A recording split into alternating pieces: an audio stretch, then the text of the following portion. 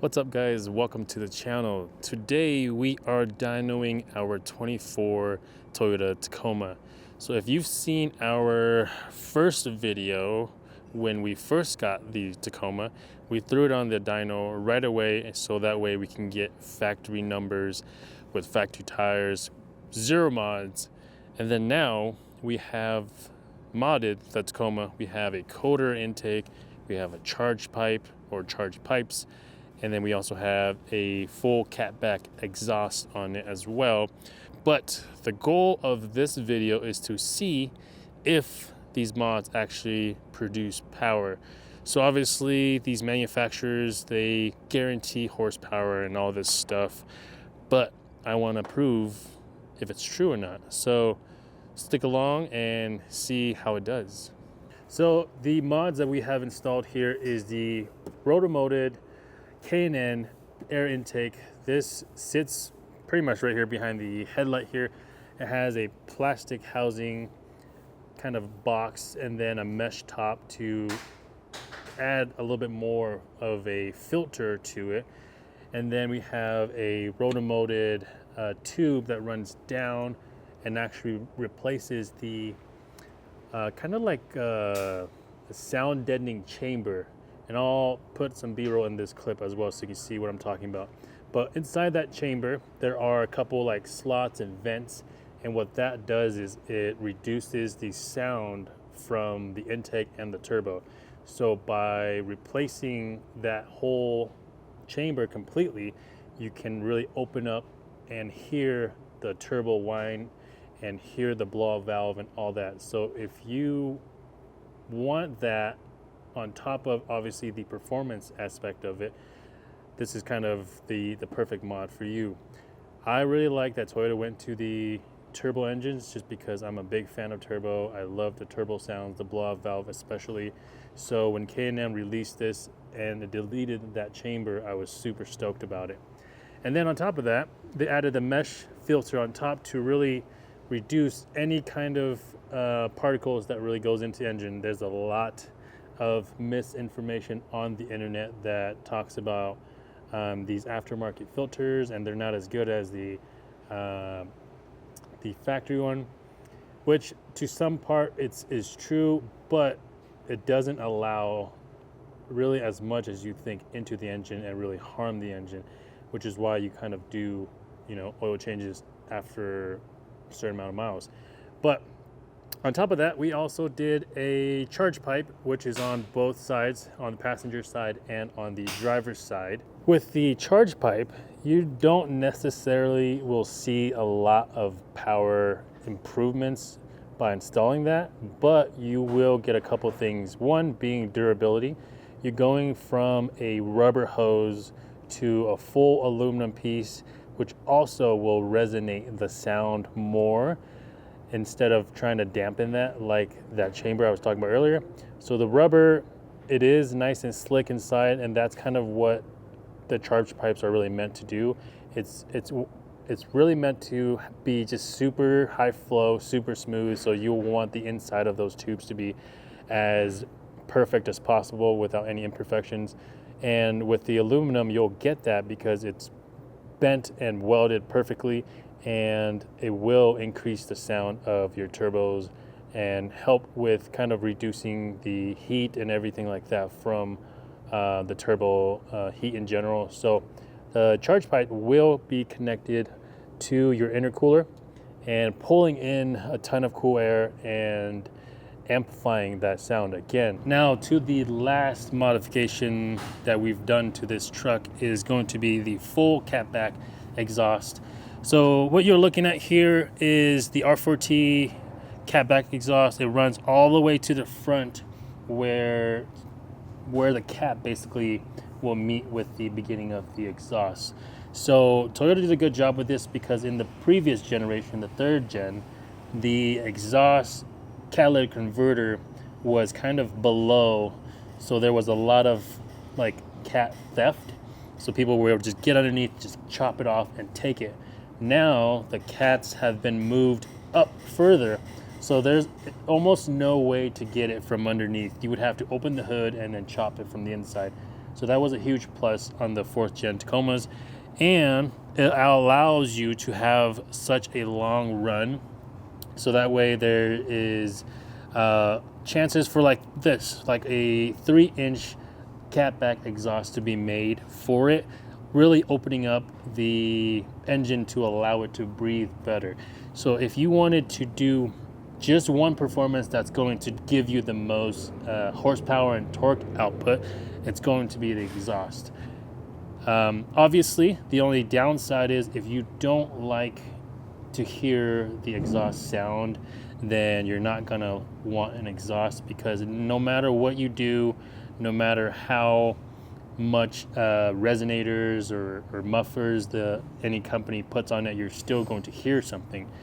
What you can control is where the exhaust exits. So what we have here, this one here dumps right before the axle, so it is closer to the cab, so you will hear that one a little bit more, but this provides a high clearance exhaust, so that way if you do go wheeling or on the trails a lot and it exits right underneath the bumper where the factory location is, then that way you're pretty much guaranteed to crush that. So having a high clearance exhaust like this one is good for that. So obviously it's going to be a little bit louder, but if you don't mind the exhaust like I do, I've come from the import world, so I kind of like that kind of low rumble, which this one provides, and we'll have clips in this video. So now we're going to roll some clips of what the truck sounds like with all these mods, and where we place the mics is in the back. We have the mic right by the exhaust, so that way you can hear where it comes out, and then the other one is going to be under the hood, which is why you're able to hear the intake so well.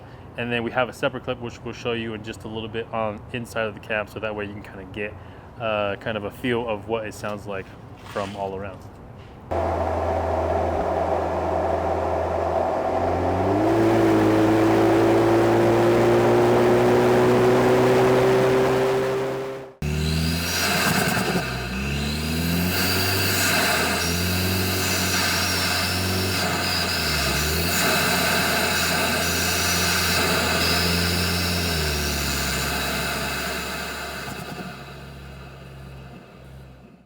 So now we're going to show a clip of us getting onto the highway, and then once we get to the bottom of this, I'll get on it just a little bit, and you can kind of control it, because if you step too hard on the gas, then you won't hear any turbo noise, but if you want to, then you can kind of feather it a little bit.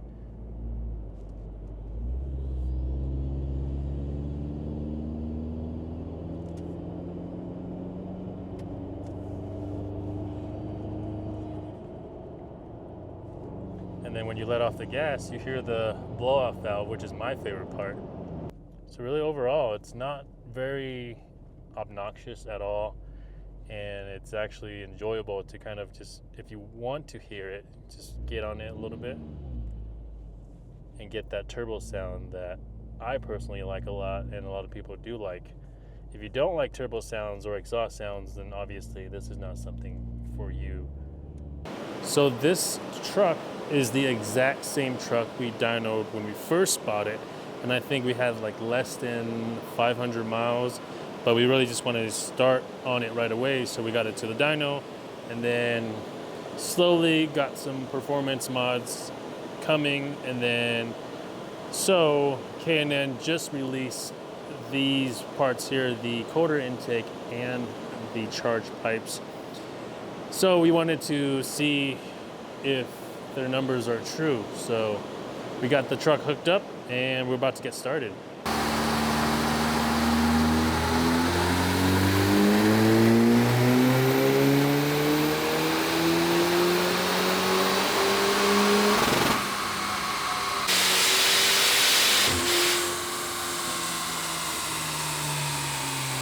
So what I have here are the dyno numbers for this truck, and we did a dyno run on this exact truck when we first got it. We didn't even have like 300 miles on it, and I know we didn't break it in, but we wanted to kind of get this build started as soon as possible, so we just threw it on the dyno without breaking it in, and we got those numbers. Those numbers are right here.